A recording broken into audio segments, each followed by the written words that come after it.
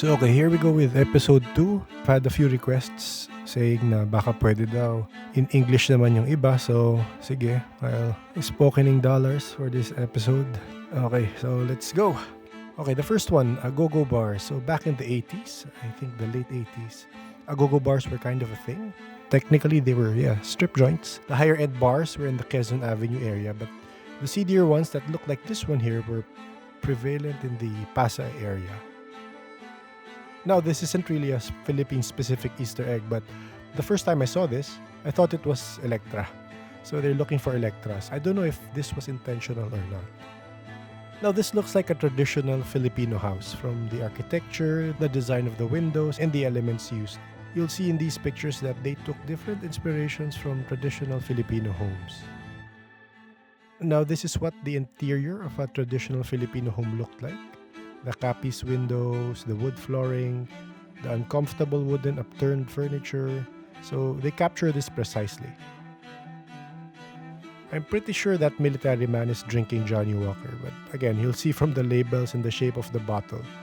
Now, why is this significant for some Filipinos? Well, personally to me, when I was in college doing ROTC training, we were told that if we wanted to pass the program with flying colors, all we had to do was gift the commanding officer a black label, Johnny Walker. So I'm not sure if this is specific to the Philippines or not, but it just fit in my experience.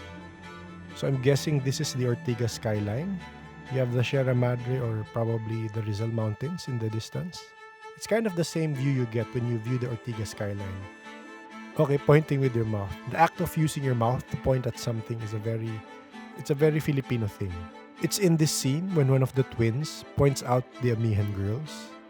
He uses his mouth to point to them. Again, a little gesture that makes the characters very relatable for Filipinos. I took a screenshot at this point because this is where the Amihan girls mentioned that the blue racer had bestial energy. I don't know how bestial energy relates to this hand gesture, so any clues? Oh, yeah. The Barong Tagalog, the national dress of every rich man's bodyguard. You'll see in the earlier scene, the bodyguards were probably looking after a not-so-well-off person. They were not wearing matching attire. But here, at the penthouse of Richie the Horsey, these bodyguards are wearing long sleeves barong. Kadyo and Budjette. This has been pointed out before by other people, but I'm including it in so I don't get haters in the comment section. Here we have the co-creators as victims of electrical attacks. So the Manila police car. This is what the police car in Metro Manila looks like. They even got the stripes and the logo placement to look the same. The Meralco helmet. This lineman's helmet looks like the helmet worn by a Meralco lineman. They sometimes wear yellow, but a lot of the Meralco linemen wear a white helmet. Okay, the Meralco building. So for those who don't know, Meralco is an electric power distribution company in the Philippines. Probably the biggest in the Philippines. It only seems apt that Bagyon Electro, a lightning elemental, would be in charge of the electricity of Metro Manila. I'm not sure if this is an allusion to Manny Pangilinan, current chairman of the board of Meralco. Okay, tambay. So again, small detail, but I'm not sure if this was put here intentionally. The outfit of the person here is so reminiscent of the people who loiter the streets of Manila. Well, if you drive around Metro Manila, middle of the day, you'd see someone like this wearing shorts, a sando, and flip-flops. His hairline actually reminds me of the Beast from Kung Fu Hustle, so I'm not sure if that's a reference there. Some people say this is supposed to be Malate, but honestly, I think this looks like España to me. Probably the writers would have better input as to where this is. Silogs. We see the twins having a Filipino breakfast, so most Filipinos have a rice meal for breakfast, and from the looks of the layout of the plate, this looks like a tapsilog or a bangusilog because of the sliced tomatoes at the side.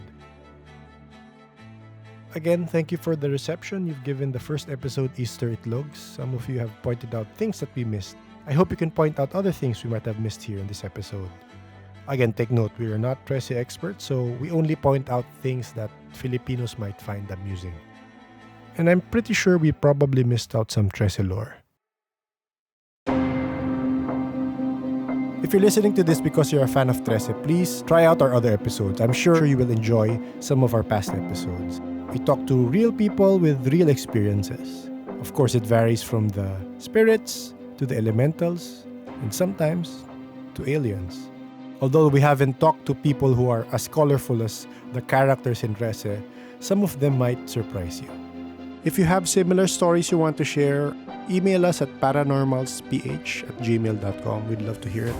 Or you can also schedule a recording with us. We will keep everything anonymous. Please rate and review our show on Spotify, Apple Podcasts, or whichever podcast platform you are using. As always, thank you for listening and stay safe.